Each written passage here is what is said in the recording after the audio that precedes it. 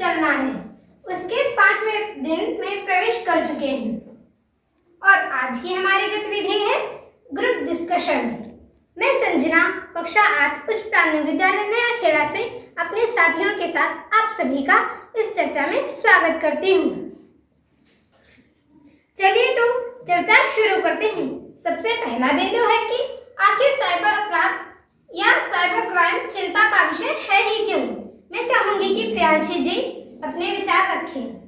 संजना, देखिए, अब जैसे हमारे स्कूल का व्हाट्सएप ग्रुप, हम उस पर पढ़ाई लिखाई की बातें करते हैं। इसी तरह दीक्षा ऐप पर हम लोग QR कोड से अपने पाठों को समझते हैं। इसी तरह कई प्रोजेक्ट ऐसे होते हैं जिनके लिए गूगल और यूट्यूब का इस्तेमाल करते हैं। और हम सिर्फ पढ़ाई लिखाई के लिए ही नहीं, मनोरंजन के लिए भी सोशल मीडिया का इस्तेमाल करते हैं। हम कह सकते हैं कि सोशल मीडिया हमारे जीवन का एक अभिन्न हिस्सा बन गया है और कुछ अपराधी मानसिकता वाले लोग इसी सोशल मीडिया के माध्यम से ऑनलाइन फ्रॉड और अपराधों को अंजाम देते हैं। तो संजना, इसलिए साइबर अपराध आज चिंता का विषय है और इस पर चर्चा करना जरूरी है। जी बिल्कुल प्रियांशी, साइबर अपराध चिंता और चर्चा का विषय है।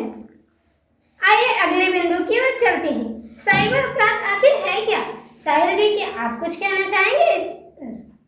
जी बिल्कुल संजना, साइबर अपराध ऐसे अपराध होते हैं जो कंप्यूटर, मोबाइल, इंटरनेट का उपयोग करके व्यक्तियों या कंपनियों के प्रति किए जाते हैं और हम सभी बच्चे भी इस अपराध के शिकार हो सकते हैं।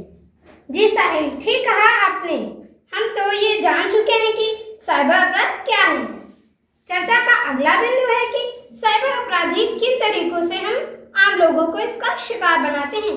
क्या प्रियंका जी आप कुछ कहना चाहेंगे इस बारे में? हाँ संजना, बिल्कुल। इस बात को समझने के लिए बहुत अधिक जरूरत है। आम लोग इस अपराध का शिकार कैसे हो जाते हैं?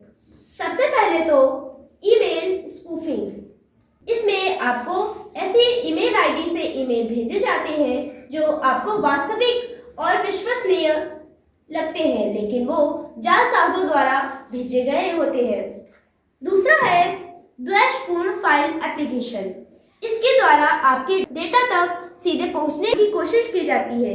इसके लिए सीधे मैसेज भेजना, गेमिंग और वेबसाइट आदि के माध्यम से द्वेषपूर्ण एप्लीकेशन और फाइल भेजे जाते हैं। तीसरा है जॉब फ्रॉड या लॉटरी लगना या इनाम निकलना। इसमें ऐसे मैसेज और लिंक भेजे जाते हैं जिस पर क्लिक के द्वारा आप बहुत बड़े धोखे का शिकार बन सकते हैं। चौथा है फेक आइडेंटिटी। इसमें किसी अन्य व्यक्ति के नाम पर उधार लेना या दूसरे लाभ लेने के लिए उसकी आइडेंटिटी चुरा ली जाती है। जैसे आपकी आइडेंटिटी पर कोई सिम निकलवा ले और उसका गलत इस्तेमाल करे। ऐसे ही फेसबुक पर अक्सर लोग फेक प्रोफाइल भी बना लेते हैं। ऐसा ही एक और बहुत महत्वपूर्ण बिंदु है ऑनलाइन यौन शोषण।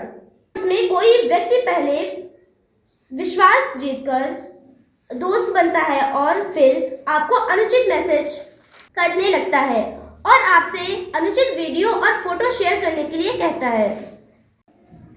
अगर एक बार आपने यह गलती से भी दबाव में आकर कर दिया तो फिर वह आपसे यह सब बार बार करने के लिए ब्लैकमेल करते हैं। तो संजना, ये कुछ मुख्य तरीके हैं जिनसे आम लोग साइबर क्राइम का शिकार बनते हैं। प्रियंका, बहुत ही अच्छे तरीके से आपने बताया कि कैसे हम इस अपराध का शिकार बन सकते हैं।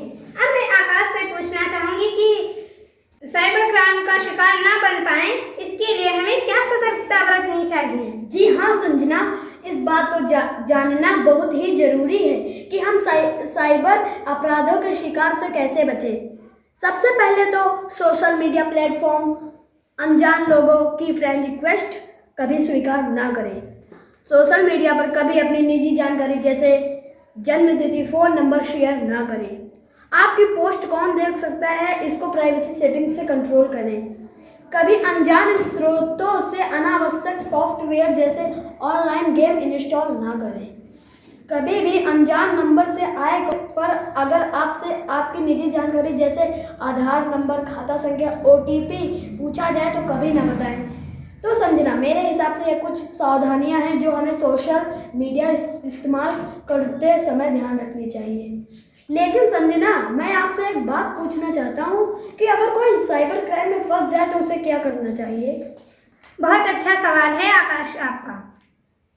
जैसे हम लोग एक मूवी भी देख चुके हैं कि एक बच्चा राघव कैसे एक जालसाज के झांसे में आकर अपने पापा के कार्ड की डिटेल शेयर कर देता है, लेकिन तुरंत ही वह अपनी गलती अपने मम्मी पापा को बताता है और इसके पापा तुरंत ही पुलिस में खबर करते हैं। तो साइबर क्राइम का शिकार होने पर आप तुरंत ही अपने माता पिता को बताएं और पुलिस में कंप्लेंट करें। इसके अलावा साइबर क्राइम हेल्पलाइन नंबर 1930 पर भी कंप्लेंट दर्ज कर सकते हैं। ऐसी चर्चा होनी बहुत जरूरी है। इससे हमें हमारे सवालों का जवाब मिलता है और हम जागरूक भी होते हैं। तो आज की चर्चा यही खत्म होती है। मैं अपने दोस्तों और आप सभी का धन्यवाद करती हूँ। धन्यवाद।